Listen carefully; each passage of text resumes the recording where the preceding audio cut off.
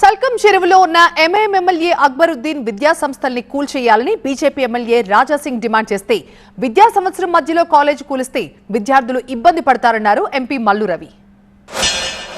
అక్బరుద్దీన్ వేసి ఒక వార్నింగ్ ఇస్తుండు.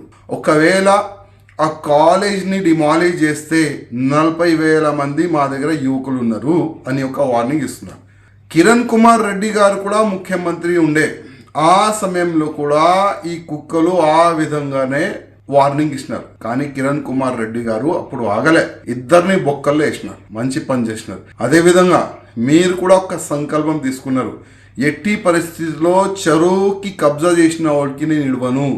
ఇట్లాంటి చిన్నోళ్ళు వార్నింగ్ ఇస్తూనే ఉంటారు. దానికి మీరు పక్క పెట్టండి. మీరు తీసుకున్న సంకల్పం పూర్తి చేయాలి. ఎంఐఎంఓలు చెరువులైన కబ్జా చేసుకున్నారు. ఎట్టి పరిస్థితుల్లో దానికి డిమాలిష్ చేయాలని భారతీయ జనతా పార్టీ తరఫు నుంచి మేము కోరుతున్నాము.